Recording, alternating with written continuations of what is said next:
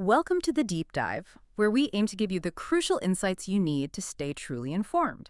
Today, we're diving into the really fascinating world of scientific large language models, Sci-LLMs.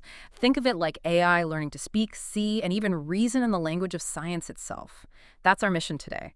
We're working from a recent, pretty extensive survey on this exact topic. So consider this your shortcut to understanding this, well, rapidly evolving frontier. Okay, let's unpack this. Yeah, and what makes this survey so valuable, I think, is its sheer scope. It really maps out the whole landscape. It details how Sci-LLMs evolve so quickly, the big challenges they've run into, and the new ideas shaping where they're going. So our discussion today is really about boiling down those complex layers, giving you a clear grasp of AI's role in scientific discovery, without getting lost in all the technical terms.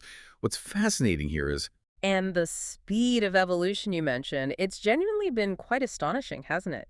The survey actually breaks it down into 4 distinct phases, all data-driven, from about 2018 right up to, well, basically now, 2025.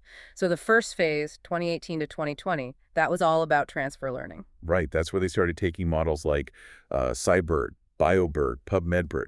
These were adaptations of existing AI architectures like, you know, bidirectional encoder representations from transformers. And adapting them specifically for science domains.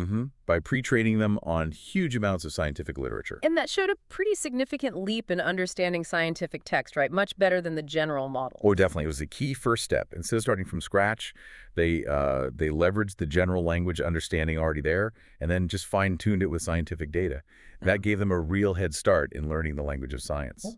Okay, so that foundation then led into the scaling phase. That was roughly 2020 to 2022. And this period was just defined by this dramatic expansion. Parameter counts, data tokens, everything got bigger. Yeah, GPT-3 really showed what was possible with its, 175 billion parameters? Just massive. But for science specifically, we saw Galactica emerge, trained on 120 billion parameters, using something like 48 million scientific papers, textbooks, encyclopedias. And what was really groundbreaking with Galactica, I think, was its tokenization system. It was specifically designed to handle complex things like mathematical formulas, chemical structures. That's crucial, isn't it? Because standard text tokenizers would just break those down. They'd lose all the meaning. Galactica could actually, read the science, not just the words around it. Right. And we also saw models like MedPollen 2 reaching expert-level medical reasoning during this time. Over 85% accuracy on USMLE-style questions I read. That really shows how far scaling could push things in a specific domain. It does. But that scaling period also revealed a pretty critical limit. The survey calls it the data wall. The data wall. Yeah. Unlike the huge data sets for general language, high-quality scientific text corpora were just much smaller. So a lot of raw scientific data, often unstructured, wasn't being used effectively. Ah, I see. So just making models bigger wasn't the whole answer. Right. It pushed developers towards what the survey calls a dual drive paradigm, focusing on both innovative architectures and smarter data scaling. The data itself needed to be more diverse, more intelligently processed, if we connect this to the bigger picture. That makes sense. A shift in thinking. Which brings us to the next phase, 2022 to 2024. Instruction following.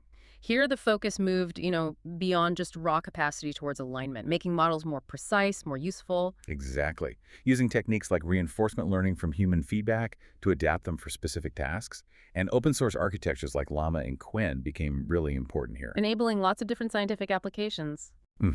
We saw specialized models pop up, like Metatron, trained on billions of tokens from medical literature. Protein Chat learned from, I think, 1.5 million protein prompt answer pairs. And NatureLM trained on a massive 143 billion tokens, all showing this power of tailored instruction. And that leads us right up to the present, the cutting edge. Phase 4, agentic science, projected for 2024-2025. This sounds like a huge leap, not just AI assisting, but AI systems autonomously conducting research. That's the idea, from generating hypotheses, designing experiments, analyzing data, potentially making discoveries on their own. That feels revolutionary. It really requires a paradigm shift in how we think about AI in research, moving from a tool to an active participant, maybe even a collaborator. But for that to work, the AI needs to understand science in all its forms, not just text. Which brings us back to the data itself. It's not just words, as you said. The survey goes deep here, offering this unified taxonomy. It shows just how rich and diverse scientific data is. Like textual formats. It's way more than just papers. Right. Lab notebooks, experimental protocols, field notes. Exactly. Plus specialized databases, GenBank for genomes, RCSB for protein structures, PubChem for chemicals, and then there's regulatory documents, real-time observational data A streams. huge amount of text, but very specific kinds. Then you have visual data. The survey splits this into two broad types. First, instrumental imaging. Things like microscopy from the Human Protein Atlas, or whole slide pathology for cancer diagnosis. Really detailed, intricate images. And second, diagrammatic representations, like spectroscopy data, those molecular fingerprints. And on the larger scale, satellite remote sensing for things like crop monitoring or climate modeling. And dealing with this mix, this heterogeneity, is a massive challenge for AI. In life sciences, think about it. A model might need to understand genomic sequences, 3D protein structures, and clinical images all at once. And how they relate to each other. Precisely. It's not just combining them, it's understanding the complex relationships between very different kinds of data. Okay, so how do they represent things that aren't text or images? That leads to symbolic representations, right? Yeah. These abstract codes that keep the meaning. Yeah, like smiles, inchi, or selfies for molecular structures. They're not pictures, not really text, but compact ways to encode chemical information. And things like crystallographic information files, CIF, for materials, or math equations in physics. Exactly. These are vital for automated reasoning because they encode properties and relationships directly. Then there's structured data. This sounds more organized, like tables and databases, GEO for gene expression, DBSNP for genetic variations. But it also includes complex knowledge graphs, like UMLS in medicine or prime KG in pharmaceuticals. These don't just store facts, they map out the deep connections and semantics within a domain. And specialized datasets, too, like ADMET for drug discovery properties. Right. And this variety raises a really important question. How do you get an AI model to handle all of this? A chemistry model might need to link a smile string, 3D coordinates, spectroscopic data, and maybe a reaction pathway. All describing the same underlying thing, but in different ways. Yes. The challenge isn't just the volume. It's the fundamentally different natures of the data and the hierarchy of scientific knowledge.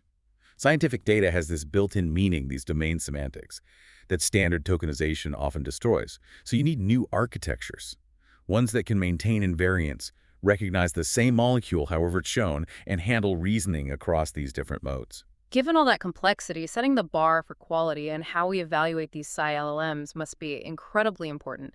The survey outlines some key quality standards for the data itself. First, accuracy.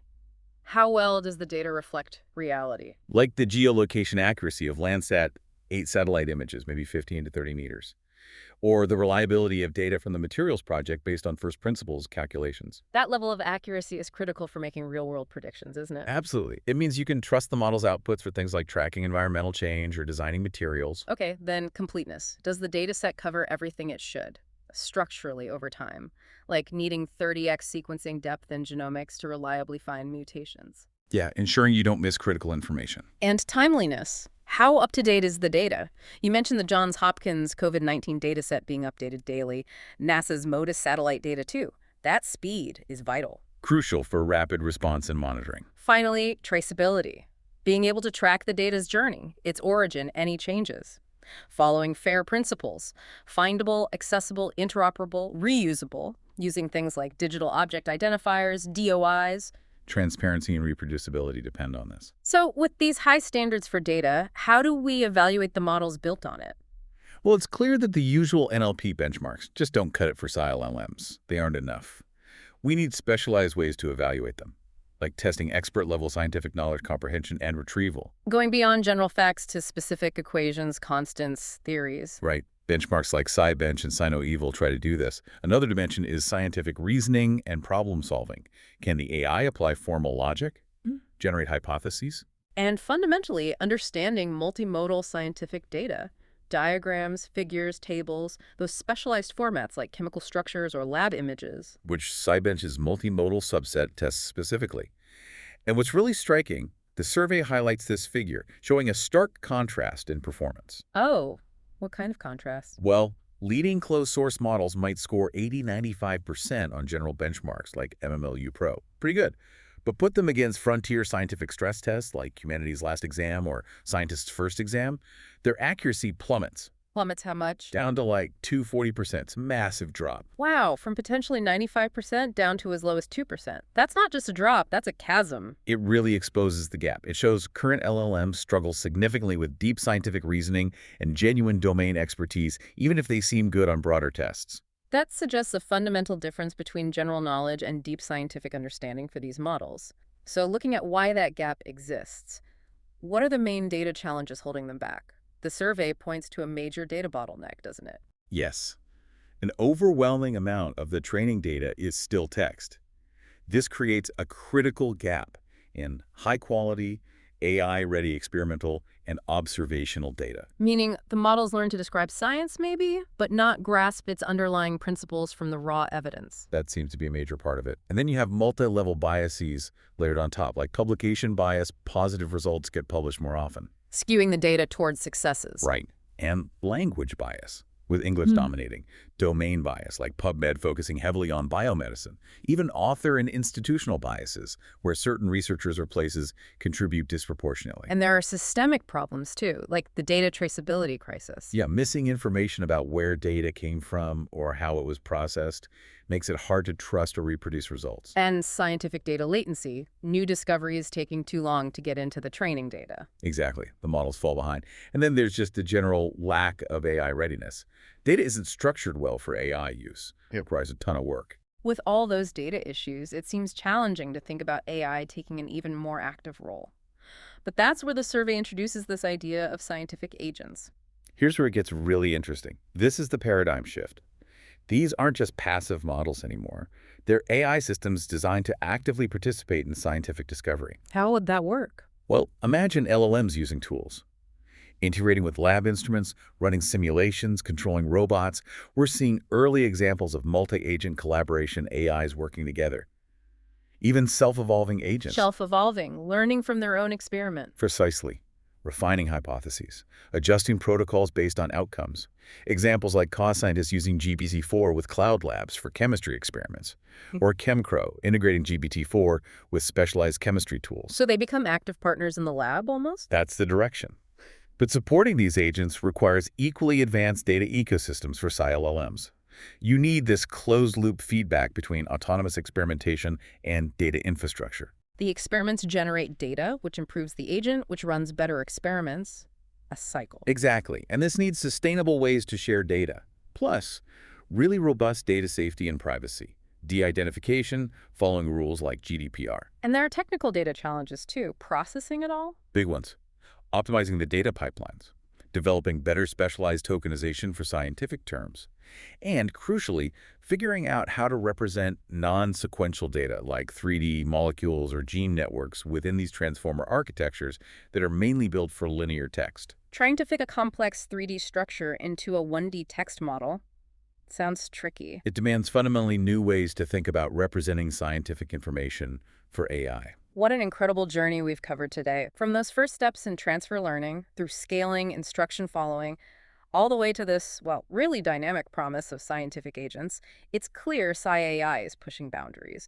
But its progress, as we've seen, is so tightly linked to the data, its quality, its diversity, how we manage it. So what does this all mean for you, our listener? Well, I think the survey really reveals something fundamental about scientific knowledge itself. It shows it's not static, it's dynamic, it's hierarchical, it's inherently multimodal. It comes in all these different forms we discussed. So the effort to build these Sci-LLMs isn't just about automating tasks. It's really about trying to construct a comprehensive, machine-readable understanding of the scientific universe. And that whole endeavor, it challenges our basic definition of discovery. It pushes us to rethink how we structure, share, and evolve our scientific understanding in this incredibly data-rich world we're now in.